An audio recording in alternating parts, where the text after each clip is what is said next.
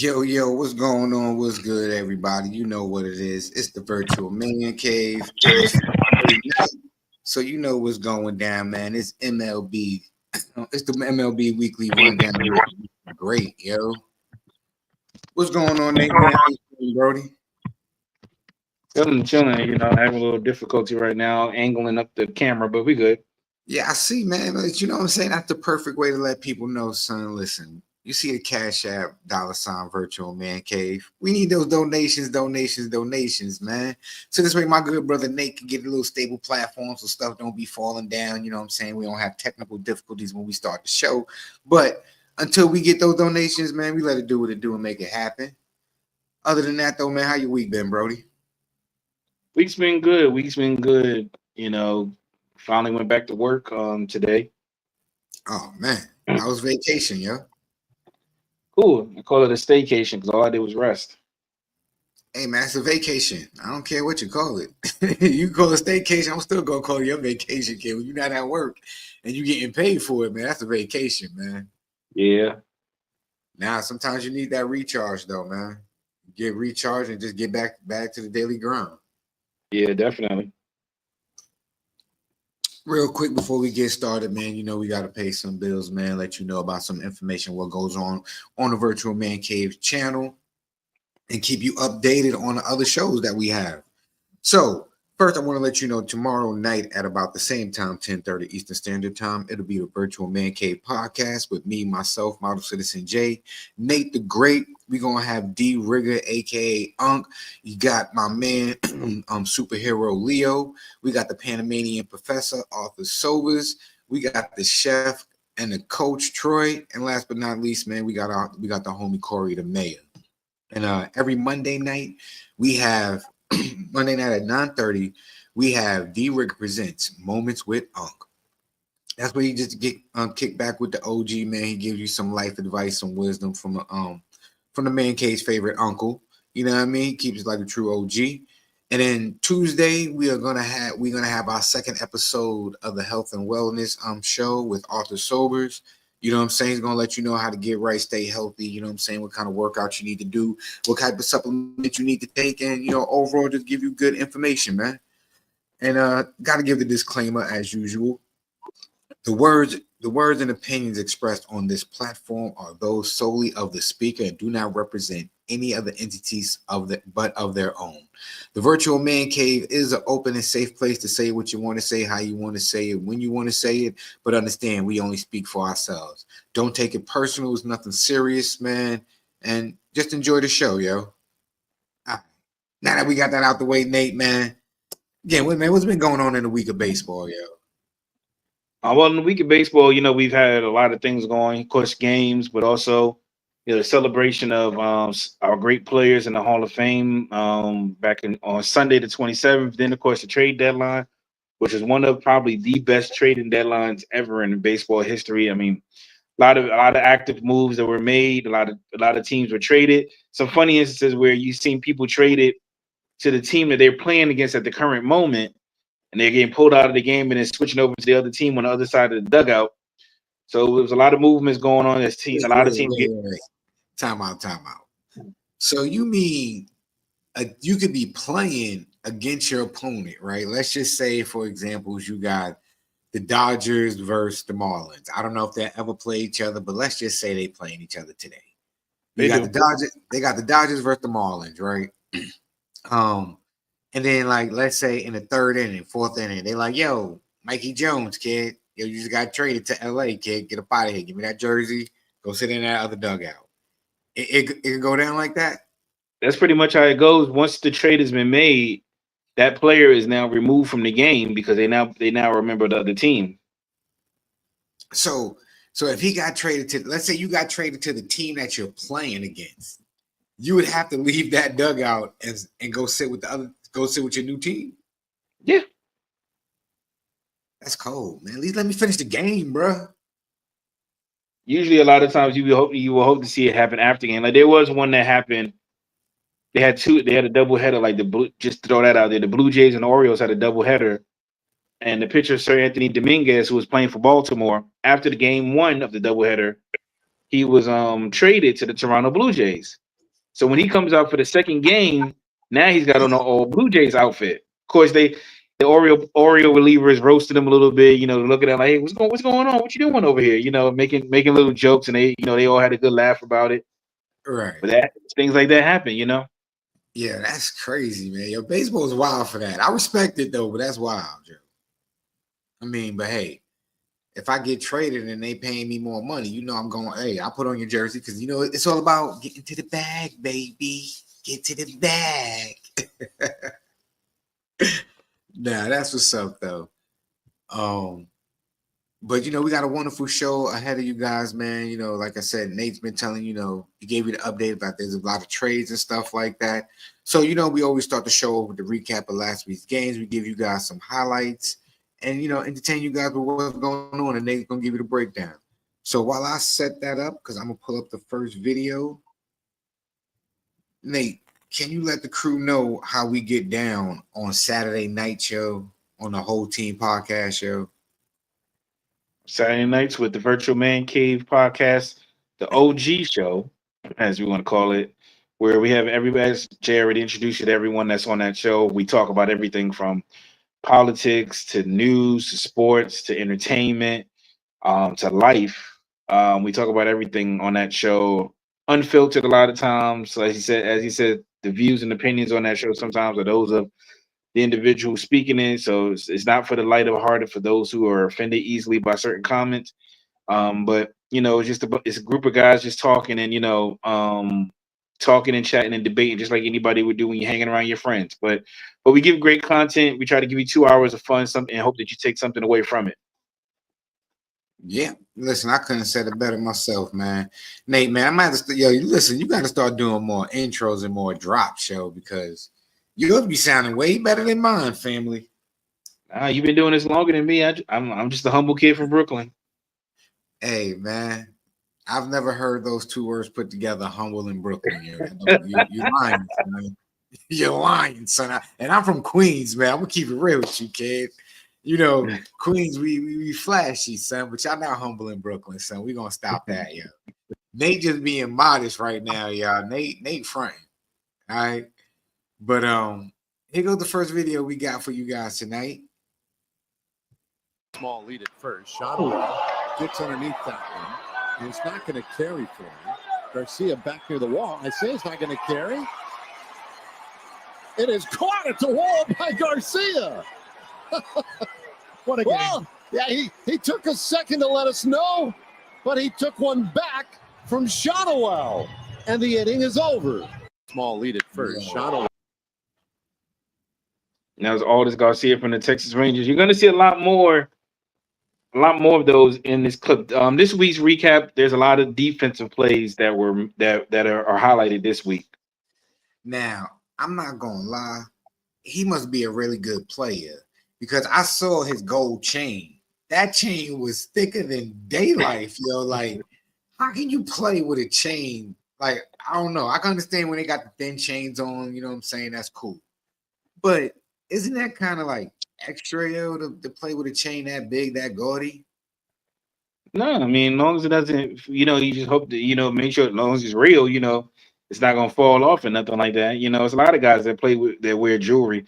Some keep theirs tucked in, but then you look at him when he's out there sometimes, and when you're running, you run in and you jump, it's gonna come out your jersey and stuff like that. Right. But, so there's no rule against that in the MLB, about wearing a chain or anything like that. But there's certain regulations. You can't come out there with a chain looking like a lot of the rappers back in the days like Rakim and them got a big old gold chain around, big heavy chain around your neck, and you're gonna be out there playing. That's not allowed in the real games. Maybe like in a celebrity game or exhibition for fun, something like that for charity. I can't come out with my Rakim chain or my Run DMC chain. Nah, we ain't letting that slide. Nah. I'm trying to come out with my LL Cool J like when he was bad. Cool J. You can wear it while on your way into the stadium, or you can wear it after. You can wear it during post game interviews. Yeah. Nah, I want to wear it during the game, bro. Why the MLB won't let me be great? And he just sells out, puts it right in the pocket. And I don't know how much of the fall the net broke. This is just a remarkable effort. I mean, And he just sells out, puts it right in the pocket. Crazy. yeah, that's Mike Yasmeski from the formerly of the San Francisco Giants, leaving Giants fans with one last memory of him as he'll be deadline. So the ball went like as a double because I know it's not a home. Yep. Oh, okay. In order for that to be like a ground rule double or something, that ball went first and then bounce like over the wall and over the little short wall and right field or something like that. And that was fine. Because if he'd have missed it, it'd have been a foul. Yeah. Seen some unbelievable, might be the best ever. Get up, Cedric, and Currently on the injured list for the Athletics. The video I just showed he a Met. Yeah. Come on, son. He built to be a Met, son. He's amazing. He had an amazing catch. You know what I'm saying? I had to make sure because I gotta hype him up now. Now he's the god, son. See? Yo, welcome to the New York, baby. You know what I'm saying? We're gonna get you a fitted. We're gonna hook you up out there, bro. Welcome to Flushing. All right, that was a good look right there. That lets us know that you're ready to be a Met. You can do stuff like that. Man. Who we give up to get him? Did we give anybody up? Not nobody important. Everybody's important on the Mets, bro. Let me say important, but you gave him some prospects because that's what the Orioles are looking for is prospects. A lot of these teams that made big moves, a lot of them just wanted prospects back in return for the most part. Okay, I respect that. We gave up some young up and coming superstars, but it's all right though. They probably gonna spin the block and come back to be a Met because that's what they probably wanted to be anyway. Because the Mets is like the greatest organization ever. To center it deep, sending Bader back. Bader to the wall. Shuts up. He got it. Harrison Bader caught that ball. Harrison Bader robbing a home run of Willie Abreu. Incredible defense all season long from Bader in left and center and took one away from Abreu here at Target Field. To center it deep, sending Bader back. That was cool. You see the theme this week, right? I see the defense, baby. Defense wins games. I mean, that was cool, but bro ain't have no type of hops or vertical. He barely got up there, yo. Like he better learn how to climb the wall like these other players is doing. OG, what's good, man? What it is, y'all out here on MLB. Nate, here to represent, bro. Nice. What's up? Yeah, we was just before I show the next video, real fast, can you tell people what to expect when they tune into your podcast on Monday nights at 9:30? Because we got podcast right now. You sure you want me to talk about the just a quick drop with Unc? Yeah, we gotta do it again. You had it, but we gotta do the zoom in, son. Come on. Hey Nate, you gotta get it with me, all right, Nate? You ever did moments with Unc? Right. There you go. Nah, just a quick. Don't know what we'll do this week, but hey, let's say this. We will talk about some music again. We'll bring up some sports stuff. I don't know if we really cleared up the Kobe question. Nate, I wish you was there, bro. I was on vacation. My bad. I was on vacation. Hey, I hope you had a good time and everything. But this question is, and if you know about it, the question popped up a lot this week. But we'll ask it later. We'll get to it. Yo, Mondays. Listen, we'll get to it Monday. Jay and I doing it. Sometimes we got Nate out there coming in as a guest. Anybody's welcome to show up. So please, Mondays, 9:00. D Rigger presents Moments with Unc. Let's get Yeah, back to baseball, Nate. Let's get back to baseball. This show. Yep, then we talk about that. So Monday night, please tune in at 9:30 Eastern Standard Time. Here we got the next video coming up right now. Pretty much to recap the last week's games, Nate is showing us and bringing up a lot of great defensive plays. We had one. He looked like he probably pulled his back muscle. The last one, he probably gonna be out next week because he strained himself. He ain't have no type of vertical or nothing. I want to see my boy from the Athletics. That they don't got a town, but they got a name. Yo, I need to see my boy. Where he at? He not here. Nate told me his son is on the injured reserve list. Son, he hurt right now. Oh, shit, he probably went through a fence, got caught up in the netting. Line to left center field. It's in for a base hit. Here comes Iglesias around. The throw is up the line. Padres walk it off. Elias Diaz drives it in. That's Diaz, okay. Line to left center field. It's in for a base hit. Here comes Iglesias. Yeah, whatever. Hey man, I don't want you to be hating, Jay, because Next video. it's really about time. First of all, San Diego always seemed to have the coolest damn uniforms. They just used to have the suckiest teams. And right now, this is one of them teams that I would love to see get up there and go get into the playoffs, bro. San Diego Padres baseball. Everybody should be a part of that, bro. That was a great hit, too, if you got to look at it. That was a nice play. Come on now, Jay. Come on, Jay. Gave you a Mets highlight for a guy that wasn't even on the Mets at the time that the highlight happened. You got to be unbiased. Yeah, You can't be mad. See, I didn't even have to tell you that he got traded to the Mets. I couldn't even have said nothing, but I did. I let you know. Nate, no. Let's get this correct. We're gonna get this understanding right here, right now. We're gonna stamp it. It's gonna be certified. It's gonna be stamped so hard, it's gonna be petrified. And when we expire, they're gonna dig it up as a fossil and they're gonna know this is actual and factual. You have to be non-biased because this is MLB with Nate the Great. I don't. I'm a diehard Mets fan. He just twisted on you like no. Twizzlers. No, listen. I'm gonna tell you why. No, I'm gonna tell you why. Because Nate is the professional here. Nate is the MLB professional. I'm not. I'm just a fan. I'm just a Mets fan. You know what I'm saying? That right there, that man right there, MLB Nate the Great. That's why we put respect on Nate, you notice that only you and I have the same lean. You know what I'm saying? Because we trying to hear this. We trying to hear this, but it ain't really working. It ain't really working. It's a good working, Jay. Because it's a great try though, bro. It's a great. Who said that I have to be non-biased? Nobody said that. Nobody. Now we got to be Keith Sweat. Nobody. Who can you not? Come on, nobody loves you, Jay. Nobody loves you, Jay. Nobody. Listen, I know. Listen, it's a cold world out here. Jay. We just saying.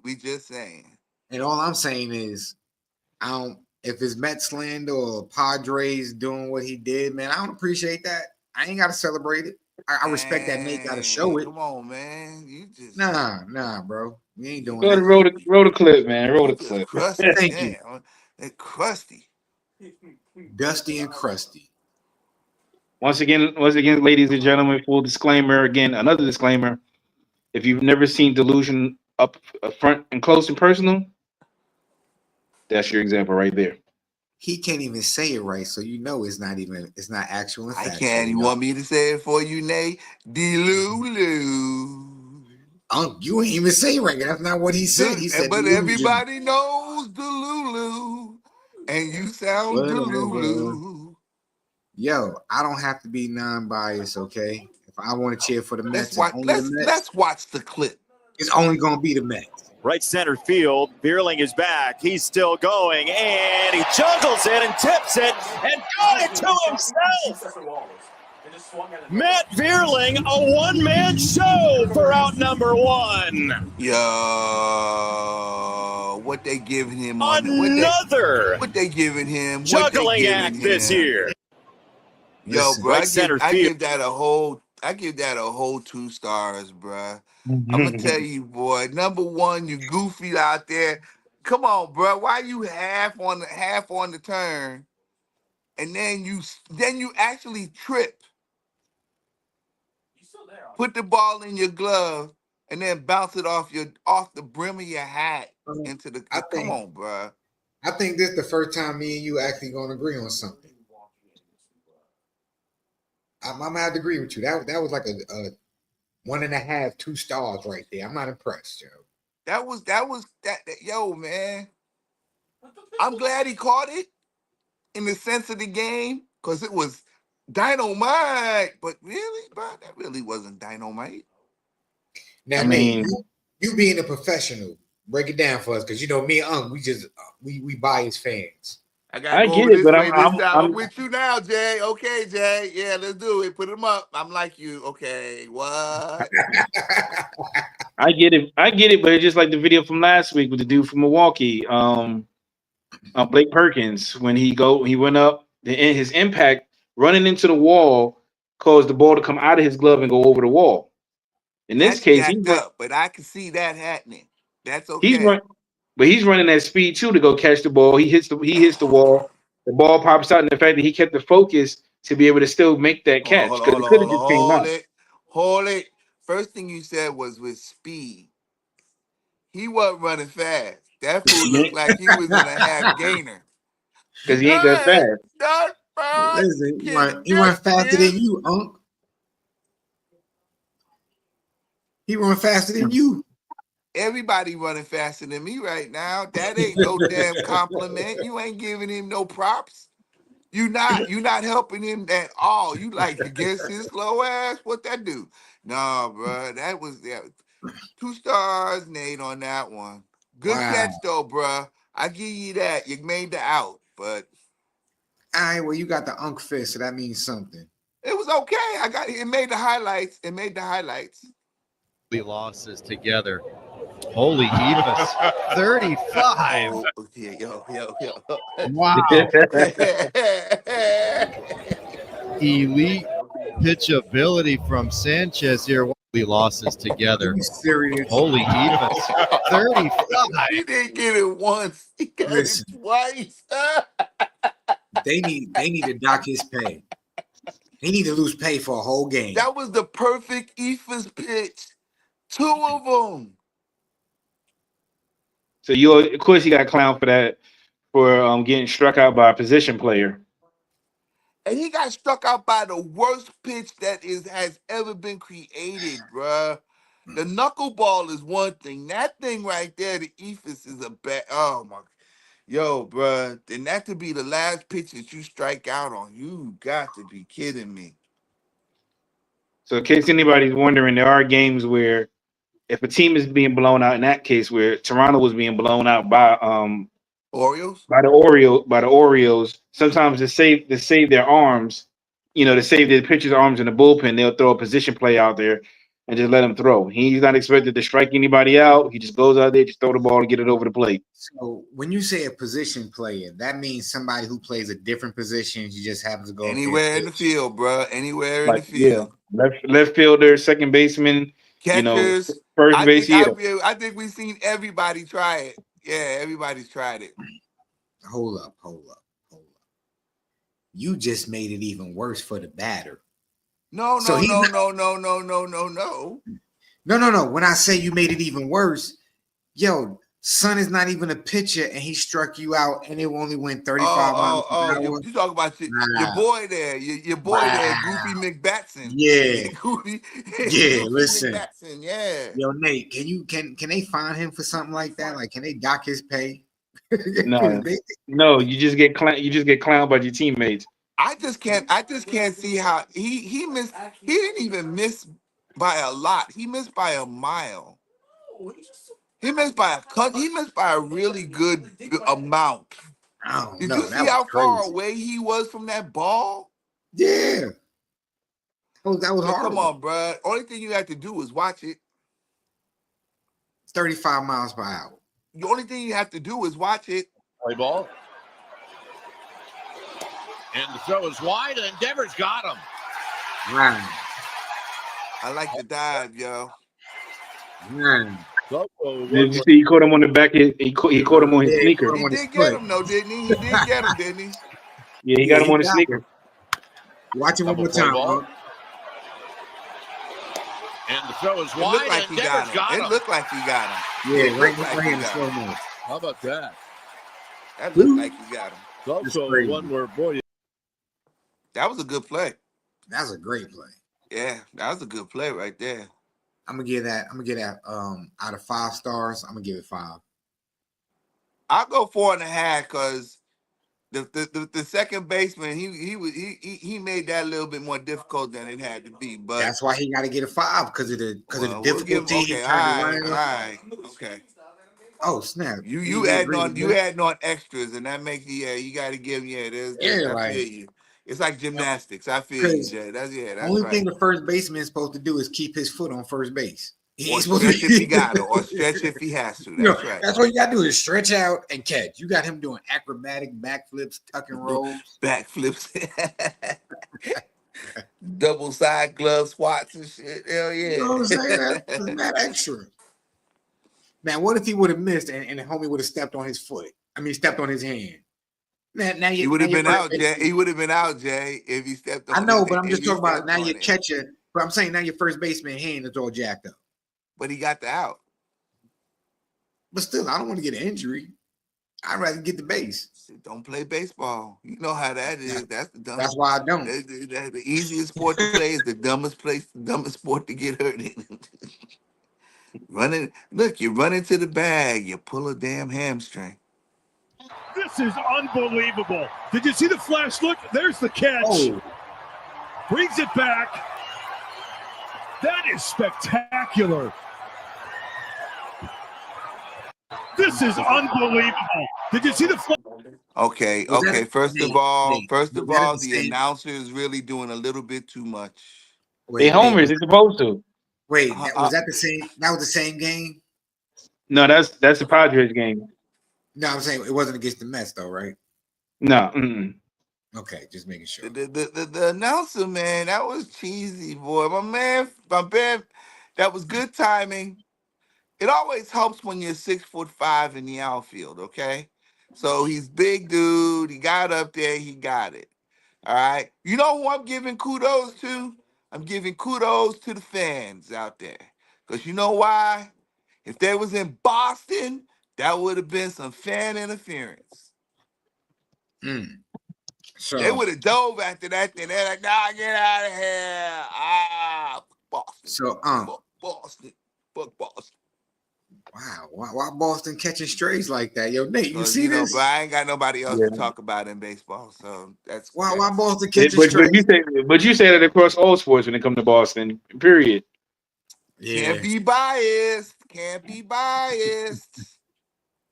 So, out of 5 stars, what are you giving that? What are you giving that last play? You stupid, You stupid. So, out of 5 stars, what are you giving that last play? I'm giving that a 4.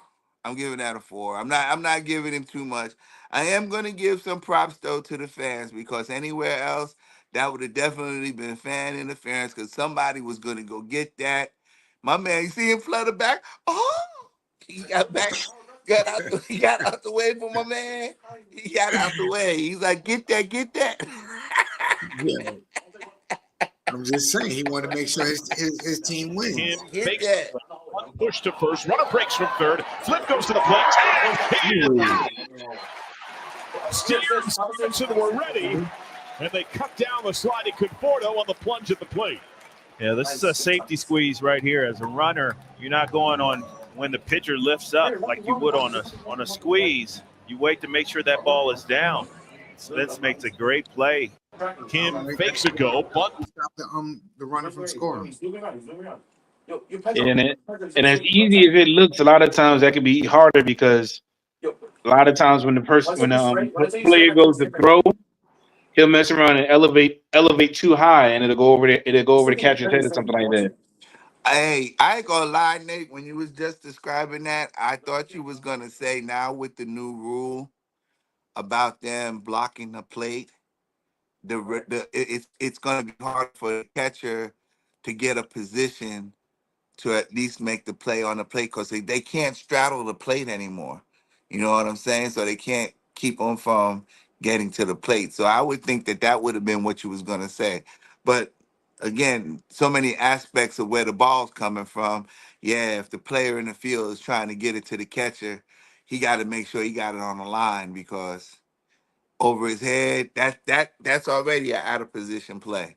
So that doesn't give him a chance to do what he got to do. So that was I'm really a giving bro. heads-up play I'm by giving the bro first a 5. baseman. I'm giving him a 5 on that one. That was a good play, man. That was a nice was. play. And you know what was really cool? The ump was on him, boy. The ump was right there. There's been a lot of stuff, but the ump was cool. He said, got it. Now, He one even thing walked though it I off need. real cool, like, ah.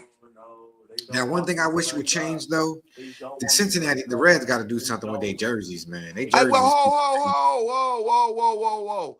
I was actually about to give props on that. I like these new Cincinnati Red jerseys. They kind of tight. Put a little They kind of pizzazz tight. on it. It need a little pizzazz. Red. You got a red. If you saw the old jerseys, you'd probably be like, all right, I'm okay with these. Yeah, because you got to see that big ass head on that little Mr. Baseball head that Mars Shot had for that motherfucker. That shit was crazy. It was a baseball. It was a running head baseball. So they went from worse, something horrible to bad. Now they got to get the good. I respect it. Making improvements. You dirty, son. You dirty. I took a shower, bro. I ain't dirty. You just mad crusty. You just mad hate. Nah, son. Again. Got him in on the hands. Martin tumbles off the mound. Up with it in the throw. Oh. In time, he got it. You know what? Oh. No. Come on, son. Let's Okay. get a tuck and roll. Let me give props to the pitcher for having those quote unquote cat like instincts and actions there, okay? But I must say one thing. Yo, bro, how slow was you running up the first base line and get beat like that when the pitcher took an hour to dive for that ball? You see how long that dive? Oh, Yo, Nate. Now he he's got talking up about, fast. He's talking about I'm crusty, dusty. This man hating. He did a whole tuck and roll and still gunned him out. Wow. Jay, you might have to watch this again because you got to see how that was in live actions and there was no glitch in the video. You see how long that dive was? Nate, can you give us the professional breakdown? All right, go ahead, Nate. There you go. The two non-pros did it. Yeah, you tell us, Nate. I mean, I just think it's a great play overall just for a pitcher because, most pitchers, they're slow-footed. They have bad reactions when it comes to jumping off the mound. Most pitchers wouldn't even have got that close. Wouldn't even have got that far. They'd have just ate it. Pause. They'd have just kept it in the glove. Didn't even make an attempt.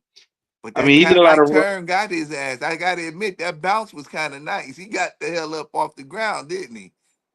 Listen, he ain't no lightweight. He did the whole what, Jay? He did the whole. Hey, Jay, it took an hour. Whole tuck and roll. Listen, did you hear what Nate said? It took an hour for him to get there. That's a sick. Hey, Nate didn't say that. I want to know how big he is, Nate. Quick reaction how big time. he is, Nate. He's a big dude, Nate. He's a big dude, Nate. Right? Didn't it look like he was Randy Johnson? Yeah. Randy Johnson. As soon as he got to the ball, everything tightened up. He was like, I got it. Yo, Unc sound like a hater right now, Unc. This is not D Rigger. This is Unc right now. This is Unc right there. D Rigger's not a hater. Bro. It's baseball. I'm trying to make it exciting too, though. You got to think about it. It was exciting. He did a whole tuck and roll. I helped it. I made it a whole lot more better now. See? Okay, you put a little pizzazz on it. Word. I respect that. I respect it. Center just keeps flying out there, and Mullins plucks it out of the sky. Oh, way! Yes, way! Are you kidding me?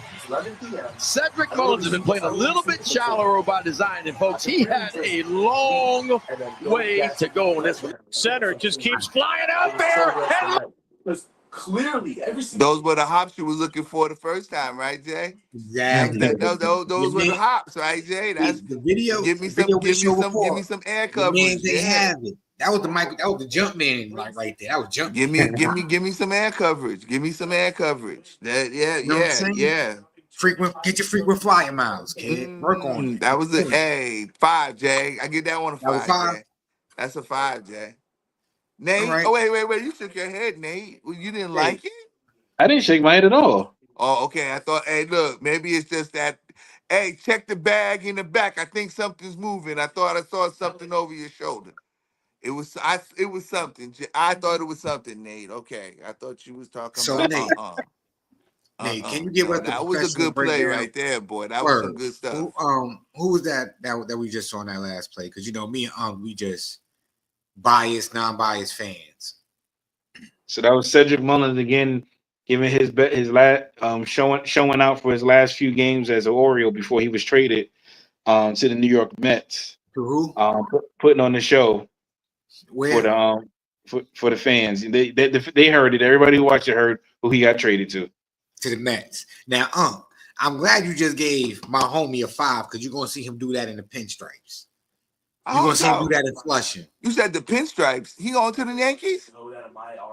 No, I didn't say he's going to purgatory. You said pinstripes. You did. I didn't say he was going to purgatory. Oh, let's rewind the tape. I we did. Get our first rewind the tape. So, Nate, we can't rewind. We live. Somebody we put live. Leo, push the rewind. You can't rewind nothing when we live. See what happens? He takes himself off camera when he does that. Yo, but I forgot what I was gonna say now. Thank you, Hey, it was gonna be something. That just means we load up the next video. Whatever. I don't appreciate y'all right now. This is host abuse. This is what this is, yo. What, so we're playing a bunch of Osmonds? He's done it 4 times!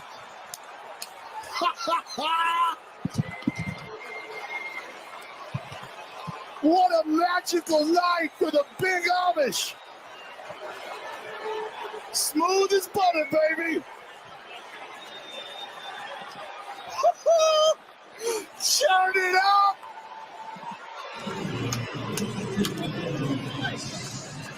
Incredible. Swing it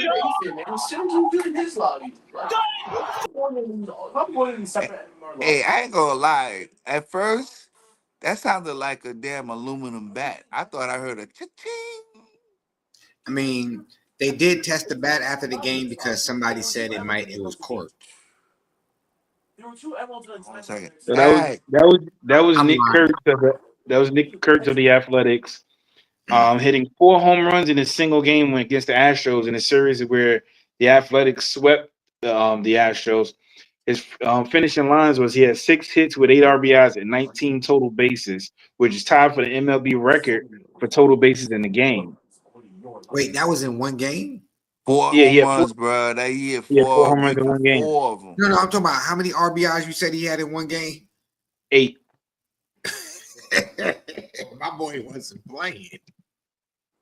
Shit, 8 RBIs in one game. That's 16. Was that how he had? Did he have 16? How many? He had 16 total bases, or was it 19? It was 19 total bases, huh? 19 Boy. total bases in a game, bro. Listen, Yo, Sonny you wanna got get more. traded. You got more total bases than sometimes a team gets. 19 What's the worst team? What's the worst team? The Colorado Rockies? Yeah. Yeah, he played better than that whole team, that whole organization, that one play. 19 total bases, bro. Yo, his name is he's latched in somewhere, ain't he? That's annals. That's how annals. When you don't want to get traded, that's what you do. So the record for most RBIs in the game is 12. Who did that?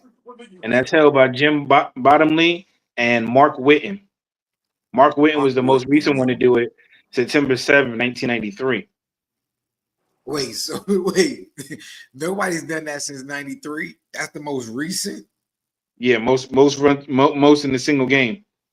Yo, that's crazy. And Jim Bottomley did it in September 16th, 1924. So we probably won't see that again in our lifetime. Nah, you know what? That's the one thing I do believe we will see. I think this one was kind of out of the. This one was just like out of the clear blue, but I think that there is going to be a time when there's going to be a batter that gets up here and is just going to just ring the bell an awful lot. Because I'm going to tell you, and I think we're closer than we think. Shohei Ohtani might be that cat to do that, man. Shohei Ohtani might be the one. Okay. He might be. I can see that happening. Every time he hits a ball, that damn thing is that's a tripper. That one hit Shockley, backhanded by Bregman. Oh, I got you. I got you. I got you. I got you. Keep a toe. Oh my goodness. And Hernandez denied. One away. I'll tell you what, this is, you see a ball hit like that down the line, you think about the quad of Bregman and how it's. That's great. Everybody's getting a bonus this week. Yo. First and third, they getting bonuses this week. Yo. I mean, my man was still running forward, turned around, and then flung it. Man, listen. Just to get it across the pad, right? Just to get it across the house, Jay. Like, I don't think people really understand like what they just witnessed. Like, my man was running forward, had momentum going in the opposite direction, turned around, and still had enough strength to throw it beyond third base. Cause you know what I'm saying? Because he's damn near the stands to gun him down at first. And then he was past the coach's box. Yeah. He was past the coach's box. Listen, he was next to the dude selling popcorn. He got all the good stuff. He was in concessions. And then the first baseman to be able to stretch out like that? Come on, man. And he told it too. He told it. That's crazy. I like that one, Nate. That was a good one. Yeah, who was that we just witnessed do that, Nate, man? That was Alex Bregman of the Boston Red Sox. Boo! Boo! I take that back, man. Shit.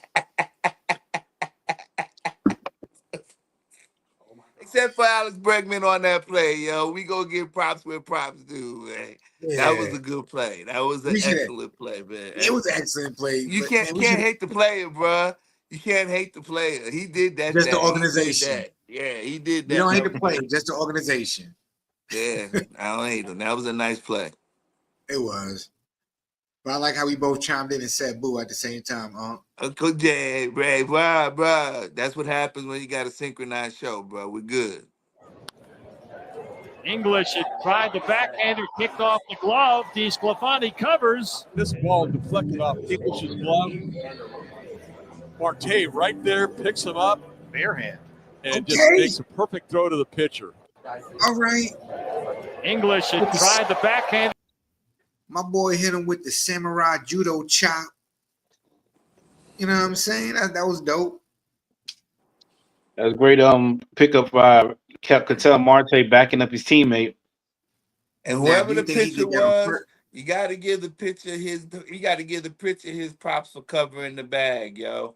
He did his job. That was a nice play. That was a good cover. Now, do you think he judo chopped it on purpose or that was by accident? You got to do what you got to do. He definitely ain't doing it on purpose. I'm dead. You don't never take no chance. If you do something like that on purpose, especially in baseball, you'll be watching the rest of the game from the dugout. So it's pretty much his teammate saved him from an error. Pretty much, as you're supposed to back him up as a second baseman. You're backing up the first baseman.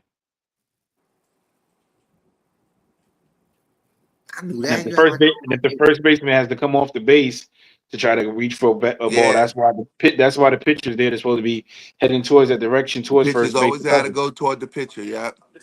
Yeah, so that means 2 got to cover the 3, then the 7 got to go to 1, and then that's when you get the 7-3-1. You know what I'm saying? I told you, Nate, I got it, son.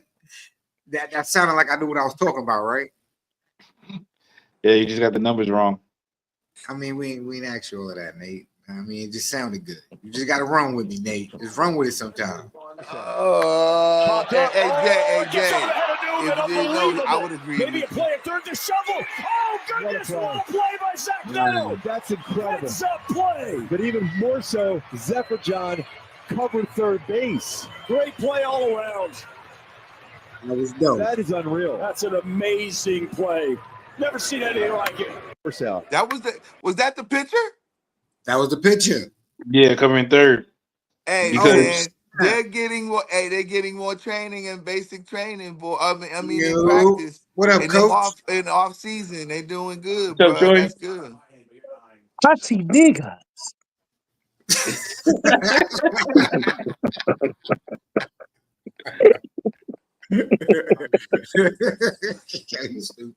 This fool, man.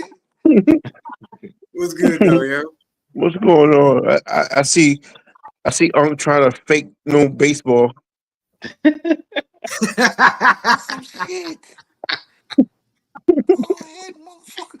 Where the look here, man. Look here, man. Look here, man. Oh. Yo, he I came ain't in seen you in a shots while, fired. Troy, so I'm Word. kind of happy I to came see in, I heard you. the thing. He's like, Wait, I why see you they talking doing about I'm better. faking, I'm bro? like, Why nigga, what are you what's talking that? about? Troy just came in shooting Bullshit. shots, y'all. Yo. The whole okay, I guess I deserve that. I guess so. You're right, Troy. You're right. You did. You deserved it, man, because you was hating Hey, is earlier. that some Yo, phosphorus light that you shining off yo, that fake Troy. bald head of yours? What the hell? Yo, Troy, we seen a whole play where the pitcher did a tuck and roll, like a literal tuck and roll off the mound to catch the ball, got up, threw it, and still gunned the play out at first base. I'm talking about, man, that was whack. Wait, what? Yeah. Nate, am I lying? yeah. Uncle wasn't impressed. You are, that's right, Nate. Yeah, you are. That's right. No. I said he was Nate, kind of slow getting off the. I said he now was you got kind of slow getting off the mound. No, now you hard of hearing because he said, yeah, Unc, you was hating. no, we didn't say it was hating. I said Uncle wasn't impressed. I wasn't. See, that's a whole. See. Ebonics, you was hating. Unc has no clue how hard that shit was. That's why. Exactly. Yo, I do, because you didn't see him get up, Troy. That motherfucker got up like he was a cat. Yeah, bow, and then he threw his ass right out. Bow. What? Well, I thought you wasn't impressed. I'm confused. I wasn't, because he took off and he went for the ball. Well, Unc, hopefully this next video it'll impress you, yo. There was so much going on in this play, and Raj smoothly, calmly, suave throws the ball down to third and gets Guerrero being aggressive to the safety squeeze. Wow, I know he feels like a dumbass. Now, He was so much going on in this out of my mouth, Troy. You got caught, fool. Listen, he knows he's too fat to be trying to take a lead like that. Man, Yo, bro, but it's like crazy. He's looking right down the line at the catcher. And my man came up and just came over the top of his head and slung him out like he was still standing there. What, you not looking at him? He's turned right to you. Motherfucker, get back. Because they figure, and then he got caught. He got glitched. Nigga, let Nate talk. It's Nate's show. Let Nate talk, nigga. God damn.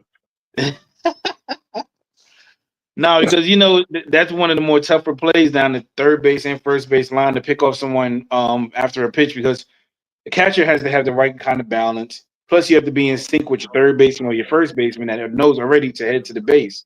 So that was just bad base running on Vlad's part.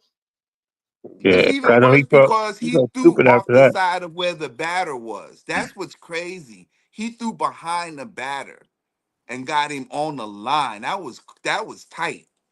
And see, Vlad might have thought because the batter's right-handed, he's blocking the vision of the catcher. Yeah, he got clowned when he got back to the dugout. He got caught, fool. To be with you for the rubber mat. That is a fair ball, backhanded by Pauly. Long throw to first. Oh, wow! Again. He got him? Oh, fuck. Yes. Nah, he made. Nah, no way he got him. Let me see. Yeah, you see, okay. Oh, shit, he did. Damn. That is a fair ball, backhanded by Pauly. Long throw to first. Oh, wow! I mean, that was dope, but that okay. wasn't. All right. So I gotta ask you a question, Nate. So seeing plays like this, right? You know how niggas in basketball be like, basketball niggas they have the skills as today's players. Do you say the same for baseball? No, No, I won't right? say that because I don't think they don't ever have that issue with each other. As far as as far as certain plays are concerned, they've never had that issue. Nobody's been calling nobody a plumber or nothing like that. From back in the days, because guys like Ozzie Smith were agile back in his day coming up. So they were doing great plays like that also as well back then. So I don't think they ever had that issue. The issue they might have is more like whether it's the steroids or from the drugs and all the other things that Mm-hmm. were going on in baseball back in the days. Cocaine infused teams. Like the documentary. If you ever seen, HGH. right, if Yeah. you ever seen the documentary, the Bronx Zoo about the Yankees of 1990. Wow, it's a 4-part series. And boys is wild out there. Actually, And it's a the Bash 3-part. Brothers and the Bash Brothers series about Mark It's on Mark Peacock too. McGuire and Jose Canseco. But the Yeah, reason why I asked you is because, like, look, I just saw that play, right? That shit was crazy. I Right. mean, Yo, I don't Troy, you see should. shit like I didn't see like shit like that. I mean, damn, Yo, Troy, you he should have was saw. damn near. Nah, you He was should have saw damn the near in other the one that dugout, we. and he made that fucking play. Like, I mean, I know See, they and don't this say is that. what's The reason why I think they don't say it in baseball because it's like baseball is a different type. It is a different type of sport. So you really can't be like on that plumber shit or these niggas is old school or whatever like that. You know what I mean? yeah. They But consider you basically you stand around more, so it's like you ain't giving, yeah, you ain't doing that, you ain't exerting that much energy like basketball is consistently. but that play was crazy though. Think about it. I mean, like, Yo, damn. I give the Troy, third baseman with the hops and the throw. That throw was off nah, the Troy. crazy. I wish you would have saw the play before that. That was similar to that one, because that last play we showed, but the one previously, that was way better. When homie was still running Mm. in the opposite direction, turned around and whipped it, and he was damn near in the stands when he did that joint from third But see, base. I'm still kind of mad though because I want to say that dude had that ball had arc on it, and that dude could not beat that throw. Let He it threw it from go, halfway, like he said. He jumped from halfway in the dugout and threw that ball and beat that dude to the cause he bag. got a gun. He got a Yeah, gun. But then that's why I'm I asked just that saying, but question. the ball went up like this and came down. But that's why I asked He, that question. Do you think the yeah. ball players of today are more advanced? I'm pretty much sure that they got to be stronger, and that ball is moving yeah, a whole lot more yeah, quicker than it was back in the day. yeah. They They definitely got to are on throw that. that shit. They got to throw that. Oh no, That I was. definitely believe. I definitely believe they're probably stronger now because the game Mm-hmm. advances. So technology gets better. They understand how to work out better, how to develop the body better, take the right supplements. And you Ball know That what the difference lighter. is? You know what the difference is these days? Niggas ain't on coke, bro. that too. That Niggas too. is drinking. Niggas is drinking watermelon juice, bro. They not And Mountain Dew. Woo! watermelon juice. You know what I'm saying? Nice play by Benny. Good timing. He's up. He's over the wall. He got a 2-inch vert. To left. Back to the wall. A leap. See what I'm saying? And he made the catch. Nice play by Benny. Good timing. He's In No, these days, this is what I'm saying. These days is different. Like back in the '80s, going to the night, niggas didn't give a shit. Like motherfuckers was on coke and all kinds of shit. Niggas was yeah, snorting, fucking niggas sniffing crack and shit, yeah. and going to I didn't. games like and that shit. Yeah, And you know what's funny? You know what's funny? That shit, niggas who was sniffing coke and all that shit, them niggas are still alive, bro. because it was pure back then. It It was wasn't. pure. Nowadays they got fentanyl and Hey, mouth, I was about to say, ain't no poison. fentanyl in The shit was pure, bro. You know what I'm saying? that, that that was was that pure Strawberry and cocaine Dwight Gooden.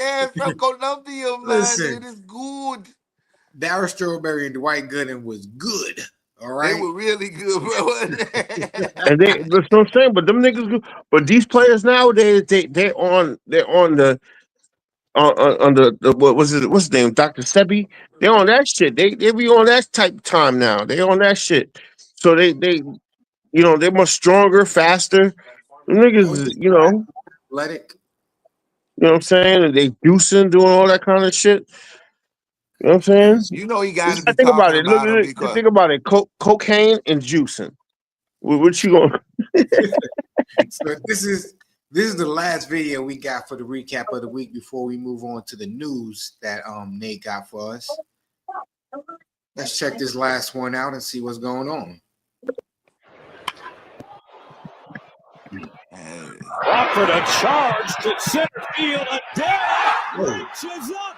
Joe Adele winds up with the ball. Robbery from Joe Adele in center field. This ballpark is great for robbing a home run. There's the Angels and the outfield must have threw that ball back just for Joe Adele to catch it. I mean, he got some hops on that one. You see? Got hops on that one. You know why? That nigga drink nothing but coconut milk, bro. Exactly. Coconut milk and eat Brussels sprouts. is that what y'all giving him? Yep, and a splash of Mountain Dew, already nigga. 6. I bet you he's 6'5", bro. And what'd you say, Troy? Got to get the Dew, baby. And a splash of Mountain Dew. God damn, you got a 2-liter, nigga. God damn. See, that's why 4-liter, niggas be nigga. fucking That's the cracking new on you, 4-liter. nigga. You got a That's whole, the new 2-liter, nigga. Like, god damn, bro, slow down. Well, I'm Slow not drinking down. it. Wait. Nigga, I'm not drinking this all tonight. we already know it's cracking a bottle, but a 2-liter, nigga. God damn. I'm not God drinking this all damn. tonight.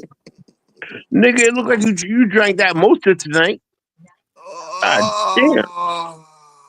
Yo, he got a 2-liter of fucking Mountain Crack. Listen, Mountain Dew, we need the sponsorship, man. Hit us up, man. Holy I shit, want dude. everybody on the podcast wearing Mountain Dew hats. Nigga, at least drink the flavors. At least get a cold red or something. God damn. Oh no, Cold Red is the worst, man. Cold red is good. Think about that Cold Red is good. Nah, I can't drink Cold Red, man. That ain't no good. Oh man, But y'all is stupid. Yo, Nate, thank you for those wonderful recap videos and everything like that. You know what I'm saying?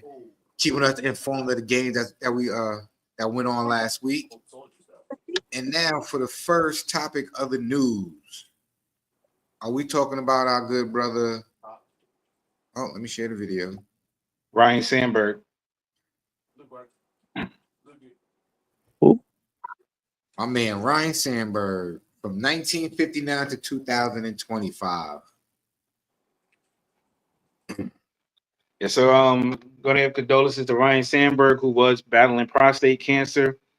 He in August of 2024, he had said that he was cancer free, but it did come back, and he fortunately did pass away recently over a couple of days ago. Sandberg played in excuse me. Ooh.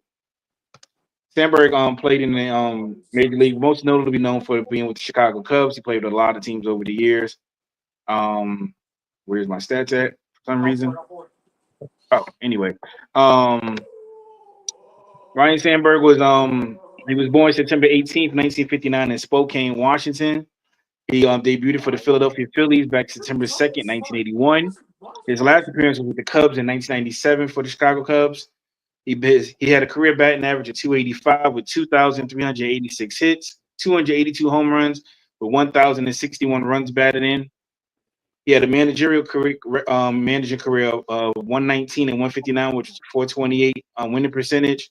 As a player, he played with the Phillies in 81 and then was traded to the Cubs, where he played there for 12 years and then came back to the Cubs from 96 to 1997. He's a 10-time All-Star, National League MVP in 1984, a 9-time Gold Glove Award winner, 7-time Silver Slugger Award, National League home run leader in 1990, had his number 23 from the Chicago Cubs, retired, and the Cubs did put him in the Chicago Cubs Hall of Fame also as well. He was inducted into the Baseball Hall of Fame in 2005. Third ballot with 76.2% votes. Wait, Sandberg. Oh, no, go ahead. My bad. Go ahead. But for those who might remember those Cubs teams in the late '90s, they had a little murderous road of their own back then with Ryan Sandberg, Sean Dunston, Andre Dawson, Keith Moreland, Dave Martinez, who was a former player who just finished recently coaching the Washington Nationals. Yeah, Rafael Palmeiro on that team. You had Rick Sutcliffe in pitching with Jamie Moyer, Greg Maddux, Ed Lynch, Bob Tewksbury. Cubs have given him the Cubs have honored him, and he is one of the great players that's ever played in the league. One of the great second basemen that's ever played. Rest in peace. That's crazy. I was like, he's born in the 50s, bro, and was still playing in the 90s. I'm sorry. Yeah, he played in the 50s. He was born in the 50s. Yeah. But he played his first game in the 80s, 81. I wasn't even born yet. Nigga, Unc seen all that. Unc went to the first baseball game ever played. You laughing? I watched that fool come up, bro. Yeah, you right. I remember that team he was on. He was naming off that team. I was trying to picture it, and I was like, it's sad because they really did have a great squad back then when it was Dunston and Dawson, and he was second baseman. And I forgot he won the MVP, and he was a slugger. He wasn't just a hitter; he was a slugger. So that's crazy for a second baseman. He was one of the first heavy hitting second basemen in the league, as a matter of fact. So And also can't forget Mark Grace was on that team too at first base. that's right. They had damn. That was a crazy squad for them. They made the playoffs. That they just didn't make that run. They Where were made the they? playoffs. They just didn't And they make were that run. cocaine free, right? It was the 80s. I don't know. I'm asking. It was the It 80s, was so the anything is 80s. possible. It was the Anything is 80s. possible. You know what? I'm gonna say some fucked up shit right now. I just felt like the niggas was the only ones on fucking coke. Well, you and that's okay. And I hope like you're just saying. only I know only it just see only that's all they only reported on. That's hold all they on. reported on, I just Troy. felt like only niggas thought cocaine was giving them That's the superpowers. only thing they want to know why, because they were cool. They were just as cool as the basketball players, so they got picked on more than anybody else. That's what it was. Nah, nigga, basketball But player was they the only. definitely weren't the only Yo, ones. They for definitely some weren't the only reason ones in the on it. 80s and like early You just 90s. said nah. You wasn't even there, nigga. How you gonna say nah? Who's saying no? You just said nah. You just I said didn't say nah. nah, nigga. I was continuing with my rant, nigga. What are you talking Oh, about? go. You said no in your rant, nigga. That's what I'm The fuck? saying. You I like NBA was niggas saying righteous what as I the was as the saying, Major League Baseball. What the what I fuck? was saying, Unc. I was Go. saying that niggas in basketball, baseball, all sports in the early 80s and the late 90s thought cocaine was giving them strength.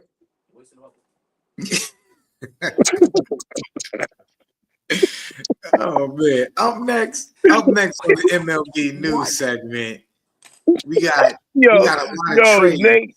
Nate's face is hilarious right now. Yeah, we got a lot of trades that happened throughout the league and whatnot.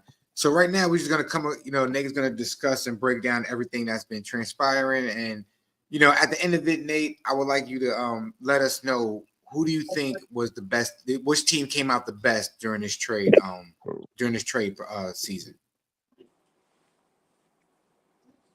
Zooming in some. So if you can zoom in. But I'll say with the trades deadlines, the teams that made the most moves, you have the San Diego Padres, who got Ramon Laureano during the trade. They also got the A's star pitcher Mason Miller. The Padres also acquired Tyler O'Hearn from the Orioles. They got Nestor Cortez, who they got in the trade late from the Milwaukee Brewers. Remember, Cortez was traded to the Brewers from the Yankees in exchange for Devin Williams at the beginning of the season. They also received. You also look at they got Freddie Ferreira as well. You got the Go ahead, just scroll down a little bit. Yeah, and then they also picked up J.P. Sears and Will Wagner, who's actually the son of recent Hall of Fame inductee Bill Wagner. You had the Seattle Mariners, who also made some great moves with picking up Caleb Ferguson, Josh Neal, and Eugenio Suarez, who actually is returning back to Seattle where he started his career at. Scroll up a little bit, Jay. And also you got acquisitions that was made by the Yankees, who picked up Well, go ahead with the Mets. The Mets picking up Ryan Hesley, who was a closer for the St. Louis Cardinals. They got Cedric Mullins from the Orioles. They got Tyler Rogers, and they also got Gregory Soto, who also came from the Orioles as well.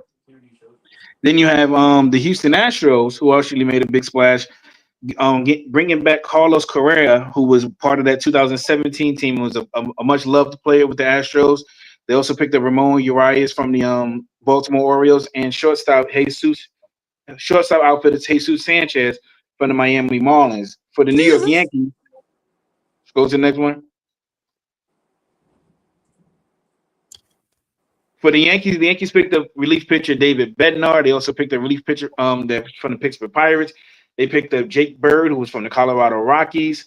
Yankees also picked up batters, which they picked up last week, was Ryan McMahon from the Colorado Rockies, Amar Rosario, who they got from the Washington Nationals, Austin Slater from Chicago White Sox. They also picked up Camilo Duvall, was a late one right before the trade deadline ended, from the San Francisco Giants, and Jose Caballero, who I told you before, Jay, that's who the Yankees got in the trade mid-game, and Caballero had to be taken out of the game because he was down with New York Yankees. So he said his goodbyes to his teammates and walked across to the other side of the dugout and joined the Wow. Yankees. Motherfucker walked That's right across the foul, field bro. That's with his crazy, bags son. and just walked That's over to the other foul, damn bro. Yo, Troy, how dirty is that, son? That's foul. Like, yo, I'm about to go up to bat. Oh, nigga, you traded. Go sit down.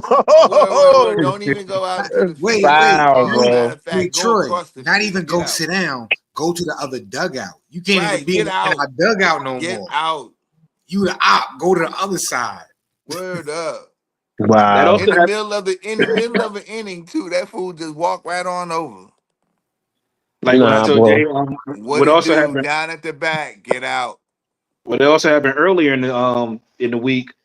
Sir Anthony Dominguez was traded from the Baltimore Orioles after Game 1 of their doubleheader against Toronto Blue Jays. Sir Anthony Dominguez was traded to the Toronto Blue Jays. So in the second game, he now comes out and now he's wearing blue. He gave up his Orioles blue and black and orange to wear the Toronto blue. And you had the teammates from the Orioles just heckling, looking at him like, "What are you doing?" Making fun of him or whatever as he was going to the Toronto bench for the second game of that doubleheader. Yo, that's Yo, bro, not how do you that's even put foul. on a jersey? Do they Wow. even have one made for you at that moment? What they do when they just giving you a number? Actually, Yeah. they actually did, but they were trying to complete it so fast. They had his first name, first initial and his last name starts with a D, and he actually had it backwards. So every letter on it was right except for the letter D on there was backwards on his jersey. So I'm pretty sure they got it right now. But during the time of that game, they had to get it right just in case he had to go into the game and pitch, which he did Yo, actually. man, actually, I'm just wondering how long did they knew they was already doing this trade to have that thing ready, or were they at the home? Were they at the Blue Jays home park and they No, had a upholstery person there and they had them hooked up real quick? this happened in Baltimore. This, now I ain't never been to Camden Yards, and I a have, couple I of have. y'all been here. You know what I'm saying? You happen to know if they got a stitchery woman there at the on the spot? You know, like they could do it like over in the concession stand or something. I think every team has somebody that's there, or if you kind of know in advance that you might be making a trade for this person, or you'll probably have somebody whoever handles the jerseys and That's what equipment. I was thinking. Right, You I was already got thinking you that. already I got was thinking them that. making the jersey, making it, putting a number on the back and such forth. But they going so fast, they done stitched my man's D backwards, huh? That's jacked up. They got Yeah, him look like he coming in the back door. That's wild. That's wild mess, boy. That's diabolical.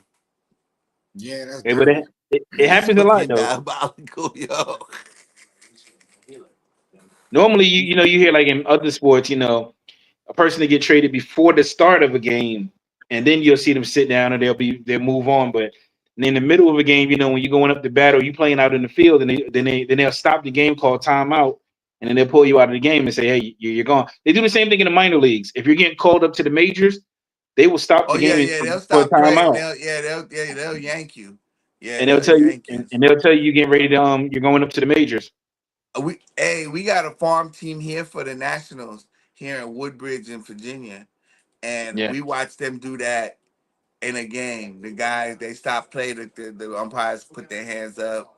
They waved the guy in center field, told him to come in. He came into the bench, and then they announced it like they said, "We are sorry to inform you that player so and so has been removed from the game and has been called up by the parent organization to go play in the major leagues."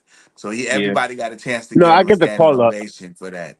That's different. The call up is different than getting fucking traded and you on the fucking No, team, no, bro. but I mean, just I believe that though too, Troy. Don't believe me. I'm just trying to make it a better situation. I hear you.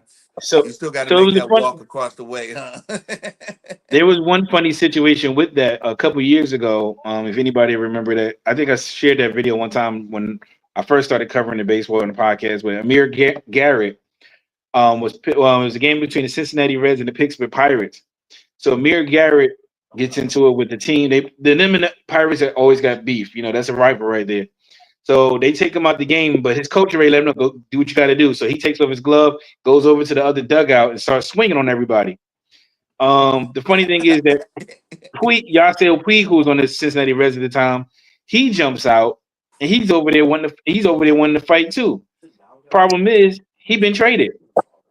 You know He what I'm saying? fighting with his teammates now. So now you Right. fighting with your teammates, and you're gonna get He's not jumped even in the fighting with locker his room. team.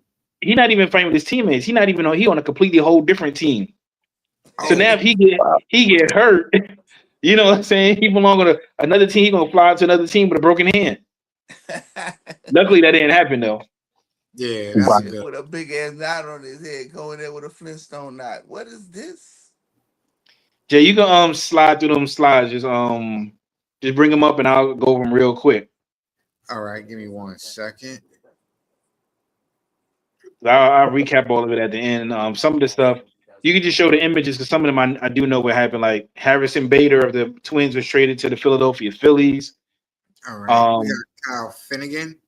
Kyle Finnegan from the Washington Nationals. Yeah, he was traded to the Boston Red Sox. That gives the Red Sox some extra depth in their bullpen. You got Paul Sewald traded from the Cleveland Indians also to the Boston Red Sox. Cleveland Guardians, sorry. Chris Paddock was moved on to the Detroit Tigers. Detroit adds to their pitching rotation with that move. You also got Andrew Kitteridge from the Baltimore Orioles, who was traded to the Chicago Cubs. So that adds the extra depth in their bullpen. You got Michael Soroka of the of the Washington Nationals. He was traded to the Chicago Cubs also as well. Go ahead, keep rolling. As Taylor Rogers was traded from the Pittsburgh Pirates. He was sent to the Chicago Cubs as well. I put them all together, try to put them with the same team so I could keep that rolling with that squad. Will Castro was traded to the Cubs from the Texas Rangers.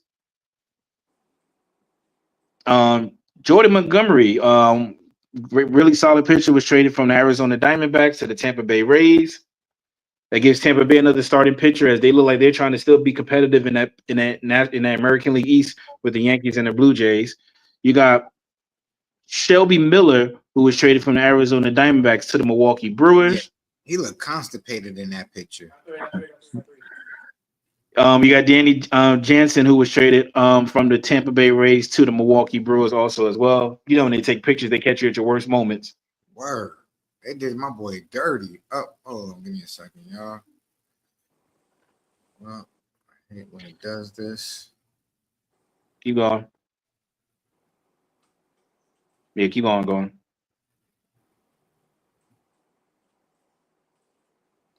Rochelle Gershek was traded from the Arizona Diamondbacks to the Kansas City Royals.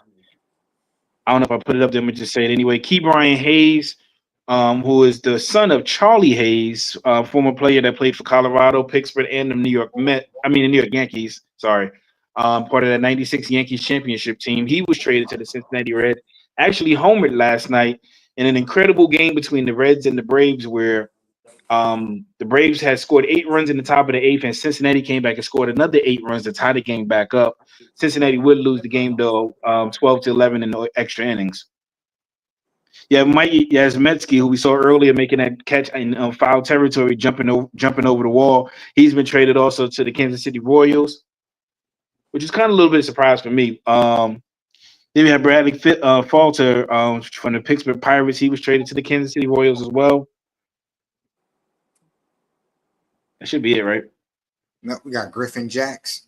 Oh yeah, Griffin Jackson from the Minnesota Twins. He was traded to the Tampa Bay Rays. I said Tampa Bay trying to get that pitching together. As we know, pitching is an important part of the playoffs when it comes to baseball.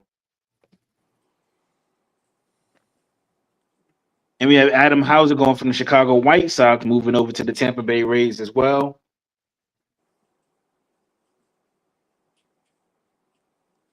We have Merrill Kelly going from the Arizona Diamondbacks to the Texas Rangers. That actually, I think, is a really underrated, solid pickup for the Texas Rangers, going along with that lineup that they have in Nathan Eovaldi and Jack Leiter. So I think there's Kumar Rocker was actually sent back down to the minor leagues when this happened as well. We have Phil Maton, who was traded from the St. Louis Cardinals to the Texas Rangers, which is what caused Rocker to be sent down. He's a veteran pitcher with playoff experience, so that's going to be a helpful to Texas as well. I know I put a lot of pictures in there. I already said that about Keith Ryan Hayes, and he's already started big for Cincinnati, homering in his first game. We have Shane Bieber, who was one of Cleveland stars for years, star pitchers. He was traded to the Toronto Blue Jays, giving Toronto another arm out there to go along with Max Scherzer and Kevin Gausman and Bissett. And as I said, Dustin May was traded to the Boston Red Sox from the Los Angeles Dodgers. A little surprised about this move, but I guess LA, they have so many pitchers, and once a lot of them get healthy, they can go deep into their pitcher rotation. Steven Matz was traded from the St. Louis Cardinals. He went on over to the Boston Red Sox as well. That's fine. I think you got all of them, didn't you? I'm about to check in a second. With that was a lot of the major moves that were actually made during the trade deadline. Kansas City also released Kevin Biggio, a notable player that is excuse me, that is Craig Biggio's son. Rafael Montreux was acquired by the Detroit Tigers. There was a lot, like I said, there was a lot of moves. I mean, a lot that happened during the trade deadline, more than the norm. This year it was a lot of the decisions that was made was based off of salary cap. A lot of players are for rental as they're free agents at the end of the season. So some players are adding players that they can use for possible, trade. I mean, for a playoff push. Meanwhile, you got teams that are trying to relieve themselves of salary, and sometimes pick up a draft pick or pick up some prospects in the meantime. As far as and I remember what you was asking me before. As far as teams, I think the team that gets the top grade was the San Diego Padres, because if you look at their bullpen and what they brought up in there with Jason Adam, you got Mason Miller. They still got Robert Suarez, their closer, in it. They really did a great job filling in that bullpen, in that rotation out there. I think this gives them one of the best bullpens in the league, and I think they can make it strong. They could make it strong. I know the Dodgers have ran away with the National League West for so long, but I think they could actually make a strong push for the wild card. And if they are to meet up with the Dodgers in the playoffs, there's still one team, and I've been saying it for years. There's still one team that plays well against the Dodgers, and they give the Dodgers everything they got. And a lot of that is them being division rivals, and them also living about an hour away from each other. So there's a long-standing rivalry that's there in Southern California. Even though the San Francisco Giants up in the Bay Area is the Dodgers' main rivals, San Diego has let them know that, hey, we are here. And then when you're on the offensive side, you add a bat like Ryan O'Hearn to that team that's already there with Fernando Tatis, Jackson Merrill, and Manny Machado, and along with Luis Reyes. And you're looking at a very formidable team that could make a strong push the second half of the season. Okay, that's what's up, man. I mean, I still think the Mets made the best got the best out the trade this time around this season so far, and we go into the World Series and we gonna win. Well, to speak on the Mets, they really did make some good pickups with Tyler Rogers and Ryan Hesley going into that bullpen. That's helping them out because the Mets had a few people that were hurt as well. On the offensive standpoint and defensively, getting Cedric Mullins is a big addition to that team. The Mets already had a high-powered offensive team as it was, and this just adds an extra veteran bat at that. And it's good to see Mullins being in the team. The Orioles looked like they were on the right path maybe a year or two ago, but it seems like now they're wholesaling. They're going to start all over again. So it's good to see him playing for a team that's possibly got a chance of making the playoffs, winning the division, because that National League East is going to come down, in my opinion, to Philly and the Mets. It's going to be one of those two teams that's going to be the top, and the other one will make the wild card. Regardless, I think both of those teams will make the playoffs. Atlanta is kind of faltering with Ronald Acuna going out. He's supposed to be out for about 2 to 3 weeks. It looks like I don't think they have enough this year, so there's nobody else competing with them. The Nationals and Marlins are at the bottom of the division, so it's going to come down to the Mets, and it's going to come down to the Phillies in that division. The Milwaukee Brewers, even though they didn't make a lot, they made a couple of moves. They're still going to be contention with the Cubs being in first. I think the Cubs will still win that division overall. The Seattle Mariners made some great play to try to take back over that division, even though the Houston Astros are currently up in that division. And the Astros made some great plays. Now with Carlos Correa, I think it's going to be big to see how does he actually are they going to get the Carlos Correa from 5 years ago or from 2017? Now, he's a little bit old. I'm about to say he's older now. Players change. They might get glimpses and highlights. I just think if he could be consistent, that'd be a good ordeal. Well, it helps because right now it will help Houston maintain because you got Jeremy Pena, their shortstop, who's hurt. Correa, of course, played shortstop when he was with Houston, so he can fill that role. And him and Altuve will reconnect once again as that two-man combo right there until Pena comes back. When Pena comes back, Correa has played third base before, so he can move over to third base. And the Astros are also waiting for Yordan Alvarez to return. He had a setback with his injury. You got Christian Walker at first base. You got Mauricio Dubon, who also rotates around in the infield, but also plays the outfield as well. They tried out with Altuve in the outfield, but it didn't work. So they was able to come so they was able to get Trammell and Kobe Smith up there. So they got a couple. Right now they're just kind of hanging on right now. And in Seattle, if you're going to try to make a move, this is the best time to do it now. Now you mentioned a few injuries. Players have been injured right now. So I know we shared some videos, some pictures, and we're going to talk about some injuries that have been happening throughout the course of the league like that. And so, I think some of these trades, like you said, help out, like especially with Houston, since they got a few players that's down and out, being that, now we got somebody that can fill in the gaps for them. Houston has 18 players on the injury list right now. Golly, stop drinking the water in Houston, y'all. There's something in the water. As I said, nobody drinks the water. If it's from the nobody drinks faucet water out here. Nobody does. Yeah, wait, can I ask y'all a question? And I know this is off topic, yo. We might have to say it for tomorrow's show. And maybe we could talk about it on Monday. Why nobody drinks faucet water no more? Like when we was little, we grew up off of faucet water. We wasn't buying no bottled water. Because we knew faucet water was at least cleaned by the sanitary. You know what I'm saying? It was cleaned off before it got to us. So water now tap water is no longer clean. So the word clean water and Texas do not go together. Got you. So that's why nobody drinks tap water out here. I respect that. But what happened to my man Ronald Acuna Jr., yo? So he's out with a calf strain. Like I said, he'll be out for 2 to 3 weeks.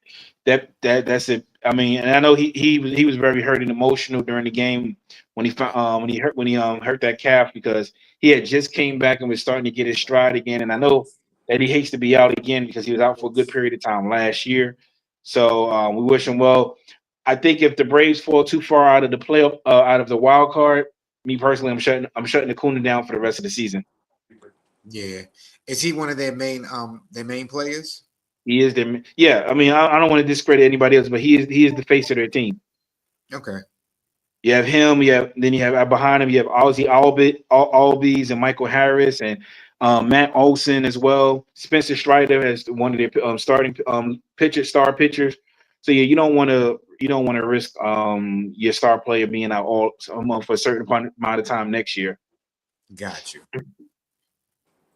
Yeah, Nolan Arenado, he was placed on the restricted for a right shoulder strain. He'll be out for a little bit. Arenado's a lot older and he's in his 30s. So it's a possibility that he could be out for the remainder of the season or an extended period of time, maybe not getting back to maybe early September. Still going to be another evaluation on him. So we'll see. Keep up to date with what's going on with Arenado's conditions. Then you have Jackson Churio, who's been placed. He's been placed on the IL also as well with a right hamstring strain. So he'll be out right now for a few games. Milwaukee, of course, moving towards that playoff push. So they're going to be real delicate about how fast they try to bring him back due to his due to the injury, because he's one of their future players and who's really shined this year. And he started showing signs of it last year, and this year he's just continuing to build on that. So we wish Jackson speedy recovery as well to get him back out there in the field. Marcus Stroman, who did get the W against the Rays yesterday, was released afterwards by the New York Yankees. Yankees had got him. He was with the Cubs, and the Yankees had got him. He had a 3-year, $37 million contract. I was surprised with that release, but I guess with the amount of pitchers that the Yankees did pick up, they did need to release him instead of they weren't going to send him down to the minors. Stroman is still a top level pitcher. I won't say elite status, but he's a solid pitcher. So you may look for another team to try to sign him, off waivers. To enjoy. Look for a playoff team to probably sign him. I can even see him going across the water to going down across the water to Queens and possibly playing with the Mets. That would be a good pickup for the Mets as well, or even signing with the Houston Astros, and or the Toronto, or going back to his former team, the Blue Jays, or possibly back to the Cubs. So he's got some options. So he got options. Jacob Wilson was placed on the IL as well for the excuse me. You always want to say Oakland, but for the Athletics, he'll be out for a little. Oakland Athletics. You ain't got to say it. I will. One of their young bright stars. I think that should be it for injury list, because I know I put a lot of information up there. So some people, if you're still awake and still rocking and still with me, I appreciate y'all staying up. Also, Ian Happ has been placed on the injury reserve with a calf strain as well. Seen a lot of calf strains lately, so I'm not sure what's that going on. But with Chicago, they do have enough high power offense. Even though Ian Happ was a big part of that, I think that they won't miss a beat with Happ going out. Yep, and that was the end of the news recap this week. Thank you, Nate. You kept us informed on the trades and everything else that was going on, and what we need to know about as far as who's going where and how the Mets just got that much better and that much amazing, because that's what the Mets do. We only get better. We wish that everybody on that injured reserves list who got injured, who's hurt, who may be out for a couple of weeks, we wish you guys a speedy recovery. Hope you guys come back stronger, better, so you can help your team, make their way in to the playoffs and whatnot. Honestly, my favorite part is coming up next. You know what I'm saying? One of my favorite parts is the plays of the week and shining stars. I just want you guys to, pay attention. The reason why I say this is my favorite part is because Nate really does this. Yeah, I say this every week, and I'm always going to say it every time we get on this platform and we get on our show. We get on the show. Nate really does this. As you guys can hear when he's talked, he's very knowledgeable about baseball. Baseball is not just, a sport that he likes. He loves it. He's passionate about it. So he pays attention to the details, sort of like how I pay attention to the detail in basketball, because that's my passion. That's my favorite sport. So when Nate comes up with these shining stars, you guys really need to pay attention to who these players are, because eventually, I promise you, they usually always make the highlight reel the following within 2 weeks of Nate mentioning them. And they usually become the players of the week, like within the month that Nate talks about them every so often. And I guess it's because, you know, we talk about these players on the show, but it seems like my algorithm shows me highlights of these players when I'm like, you know, watching baseball highlights and whatnot. So coming up right now, we have the Shining Stars and the Players of the Week. Right now, we're going to start off with the Players of the Week that the MLB chose. And give me 1 second while I bring it up. And I just wanted to say give a quick shout out to Unk and Troy. Thank you guys for stopping in, checking out, you know what I'm saying, hanging out with us tonight. Yo, we appreciate y'all. You know, Yes, indeed. We know you got tired, you know what I'm saying? You've been up since 4:30 this morning because you know old people got to get up early and drink their prune juice. Troy, thank you for kicking it with us and letting us know about the extracurricular activities that people used to do in the 80s. But here we go with the MLB Players of the Week.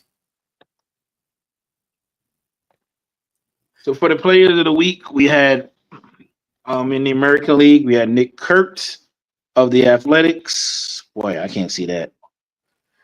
Oh, so that was Nick Kurtz, Oakland Athletics. Even though they don't play in Oakland no more, in my heart, they're always from Oakland. He had 15 hits, right? And the first ever rookie with a 4 home run game. Wow, I didn't know Brody was a rookie. Yeah, he's a rookie.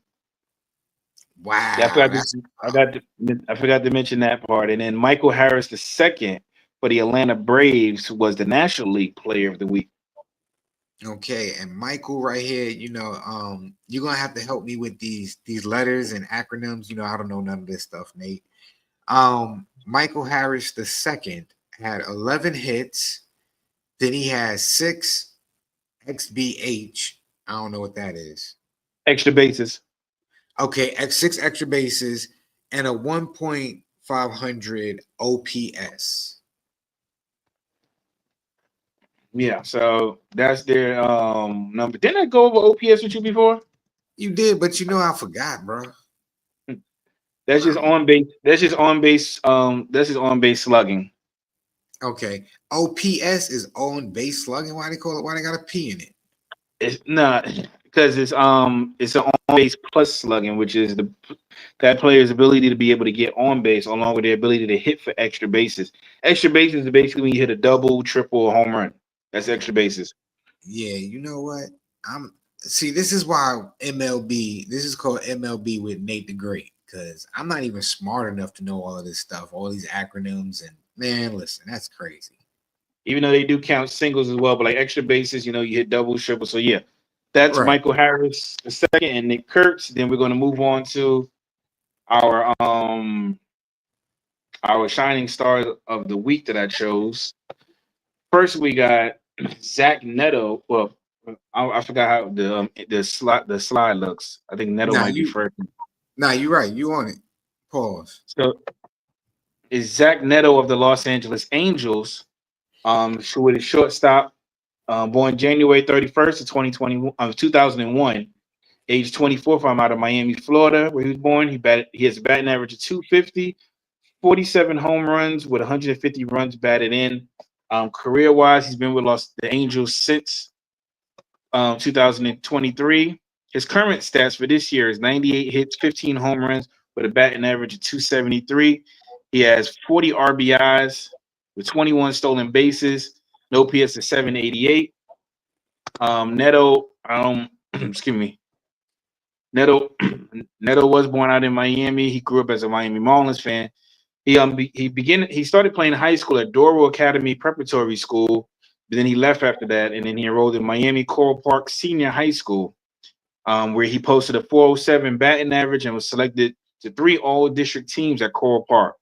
Didn't receive much college scouting, but due to certain things like his leg stance at the time, you know, it's the smallest things they'll pinpoint out. So he went unselected in the 2019 draft and didn't even receive a scholarship.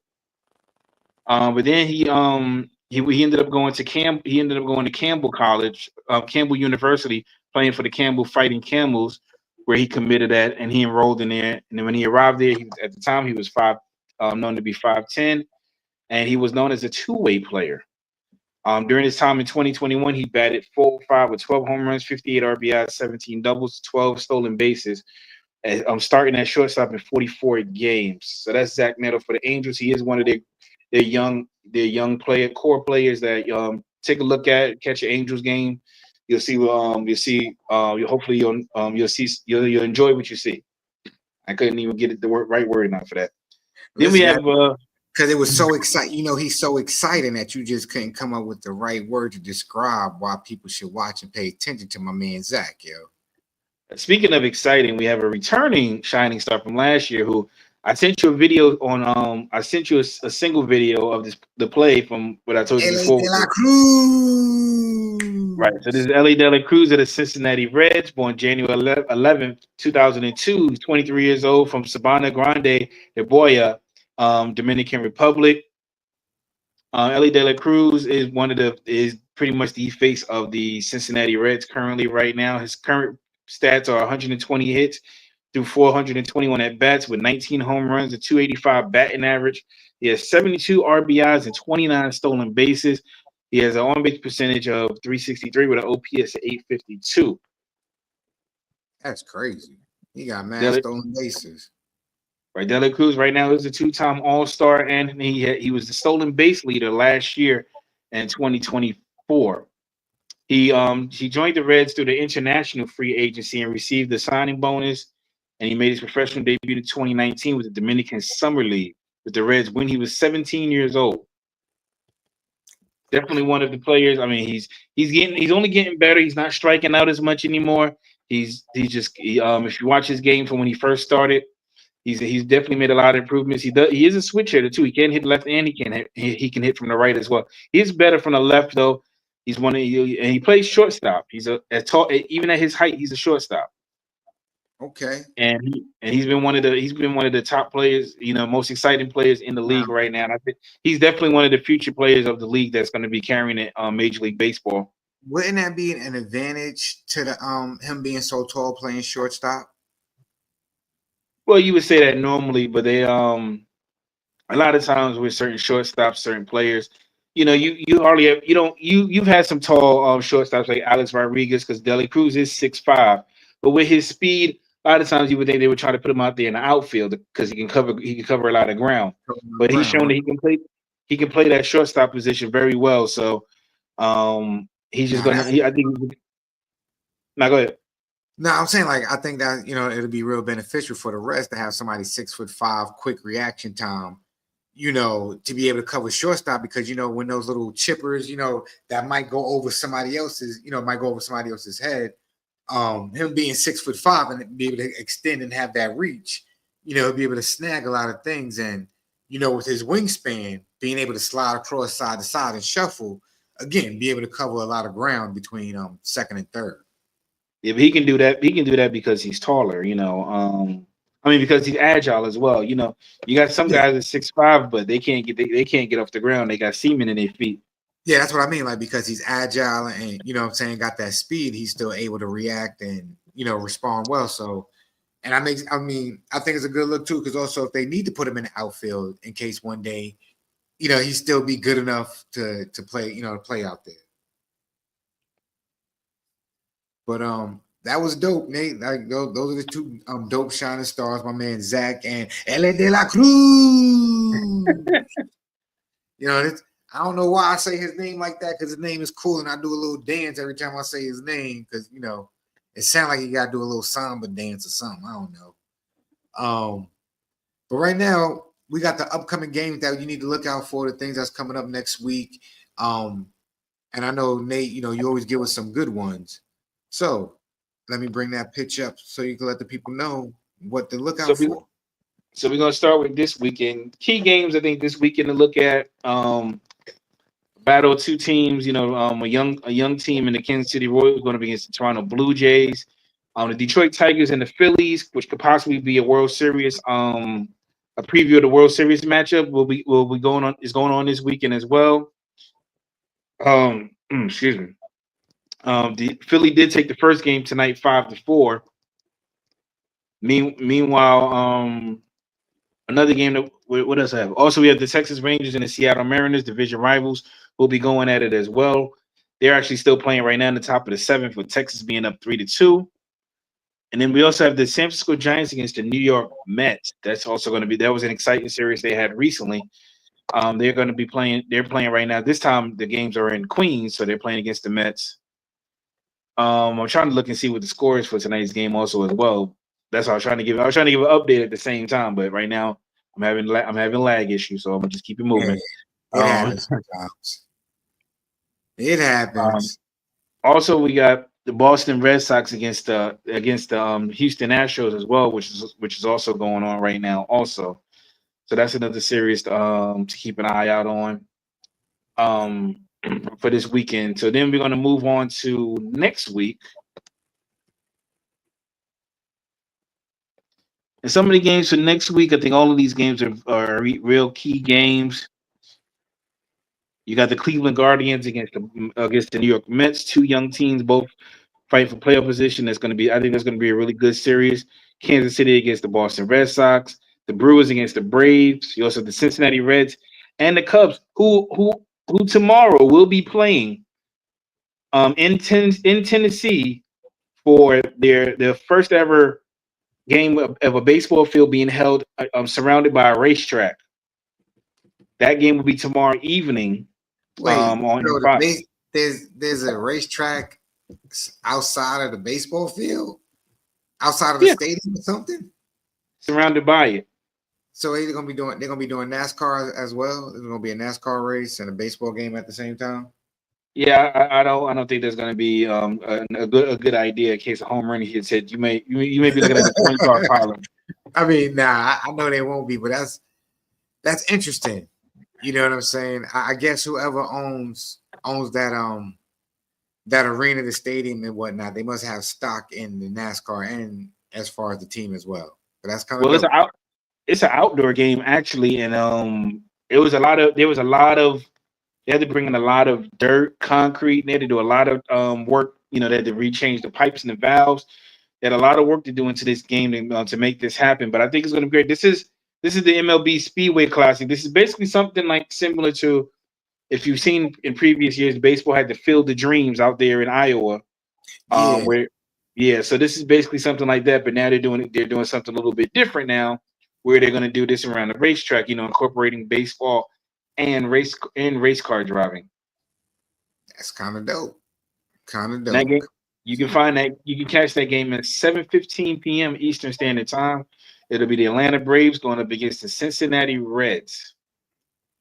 That is dope. Also, another game to look at: the New York Yankees will be traveling down to Texas, up to Arlington to play the Texas Rangers. That game's going to have could have some implications going on with the Yankees today losing in extra innings and a heartbreaker to the Miami Marlins. Yankees were up, had a lead of 9-4 and gave that lead away. Lost in extra innings to the Marlins, 15-14 if I'm not mistaken. Now, Nate, I was watching that game. Let me ask you, being that you're a true blue Yankee fan, would you wear your Yankee jersey to the Houston to the Texas Rangers game or the Houston Astros game? I would. They'll be the Yankees actually come to Houston and for Labor Day. Okay. So Labor Day weekend. I mean, I don't know if I'm able to get tickets, but I would definitely wear my New York apparel. Of course, I got people out here who say, if we go to the game, you can't wear that. I'm gonna wear my Yankee stuff. See, I can roll with them being Astro fans, when they're not playing the Yankees, but I roll with my team through and through. Hey, I respect that though. That's how you're supposed to be, man. So out of all the games that's coming on next week, right? The Guardians versus the Mets, the Royals versus the Red Sox, the Brewers versus the Braves, Reds versus Cubs, and the Yankees versus the Rangers. Which game out of all of those, if you could watch one game, what game would it be? I go Tigers versus Phillies. Okay, cool. Why the Tigers versus the Phillies? Yeah, because those teams, the Tigers have been the best team in the in baseball the whole season. Still have had the best record for majority of it. They had a little slide coming out of the All-Star break, but they've beefed up their bullpen a little bit. So they start rotation. So I think this will be a good test for them against a top team, Philadelphia, who's battling right now in the East with the New York Mets for that first place. First place is going to be everything. So it's going to be a knockdown, drag out game for the Philadelphia going down the stretch. So of course, this game's going to matter. So I think this is going to be the best game. But I would recommend everyone to catch that Atlanta Cincinnati game if you ain't got nothing to do tomorrow. At least catch a glimpse of it just to see the overall look and presentation. So for presentation purposes, as a first time fan who may never watch the game, I would tune into that game because of the other stuff that's going on around it. But as far as for actual baseball game, outside of that, for Detroit and Philly, I think will be the game to the series to look at this week. All right. You know me, I'm gonna say you guys should watch the Mets beat up on the Guardians, But you can watch any of the games. You might want to you're better off listening to Nate as far as which games to watch because I'm me. I love the Mets. I'm just gonna promote the Mets on this platform and stuff like that. But good looking, Nate, for letting us know what games to watch, what games to pay attention to, and what's going on around, as far as the matchups and the rivalries between each team. Up next, this is one thing that I am non-biased about, non-partial, I believe. Our young ladies who play the game of baseball, softball, deserve the right to, be seen, be heard, be represented because they're doing wonderful things in the sport. I think they're amazing athletes. And I'm glad that it's time that they're getting recognized for their athleticism and they starting to get paid for what they do. They getting little ducats. MLB was like, we gonna share some of this bread, So right now, Nate's going, he sent the picture to me and I'm going to share it with you guys. He's going to break down the numbers and whatnot from last season. What I would say the inaugural season of them partnering up with the MLB on a larger platform so they could be seen across the nation. You're going to have to give me the Zoom. I'm kind of blind right now. It's all right, my good brother. I got you, family. I got you. So yeah, the AUSL, they've just completed their inaugural season with the Talent winning the championship. Just wanted to give a little bit about what they accomplished this year in their inaugural season, which was 60 games that was held between Holly Springs and Greenville, North Carolina, as well as Rosemont, Illinois. A lot of those games happened during that time as well, but also they've had 20 sold out games, 347,000. That was, what does that say from Jack? I ain't gonna lie, I cannot see that. 347,000 peak viewership during championship game on ESPN, 1 million plus in merchandise sales, 240 million impressions on AUSL social channels, 5.3 million page views on the AUSL.com, 280,000 social media followers. All right, thanks, Jay, for reading that because I wasn't gonna get that. I appreciate you for being there to back me up on that. So the AUSL, they had their inaugural season and it was a really good season. I'm not gonna act like I watched every game, but I was able to check out a few games, especially the playoffs and the championship game. And all they can do is just continue to expand on this. I think they did great. I think they did great for a 60-game season. What makes it great too is the fact that they finished their season before football starts. So they didn't have to worry about fighting for viewership because once football comes in, everybody's into football. So I think this is a great move for them. And they can still even expand more, maybe even start a little earlier.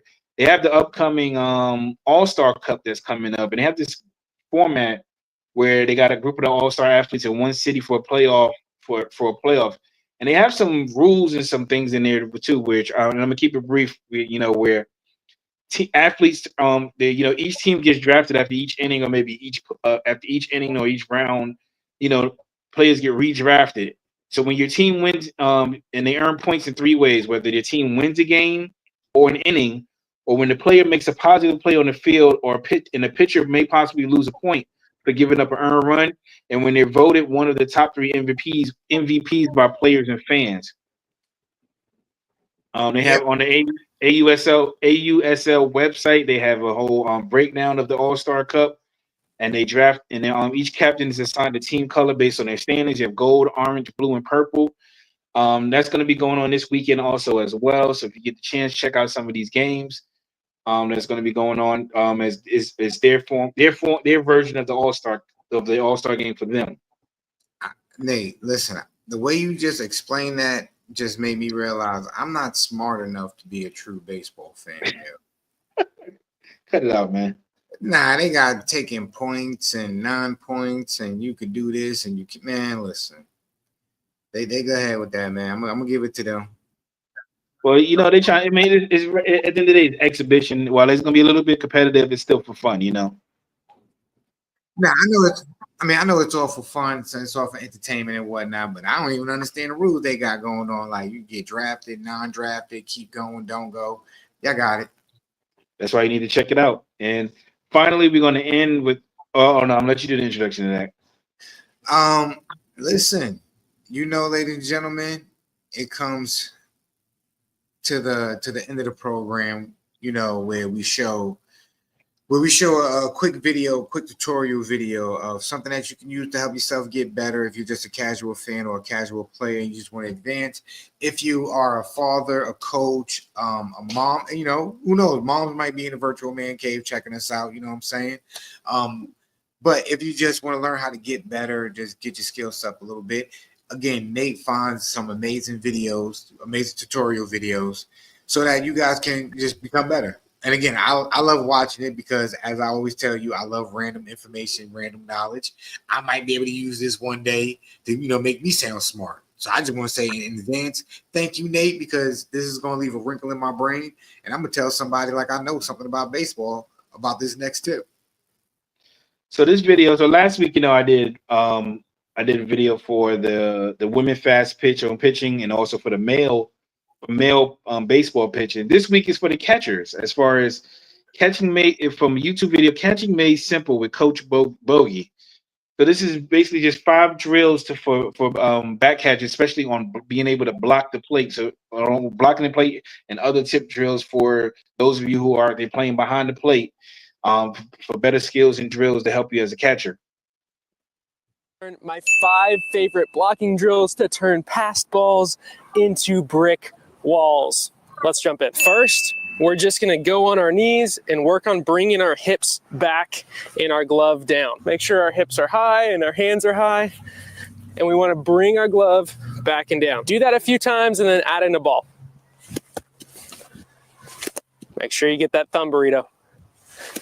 My next favorite drill is just a lateral slide. So we're just going to get right here and then slide, get up, slide, get up, slide, get up, slide. We can go back and forth and go 1-1, 1-1, 2-2, 1-1, 2-2, 3-3, and just work on getting that good slide back and forth. One of the biggest problems with blocking is not being able to slide laterally. So working on just the slide alone will really help. My third favorite drill is a twist and block. So it'll look like this. So right as that catcher turns around, that ball should be coming and we should be working side to side.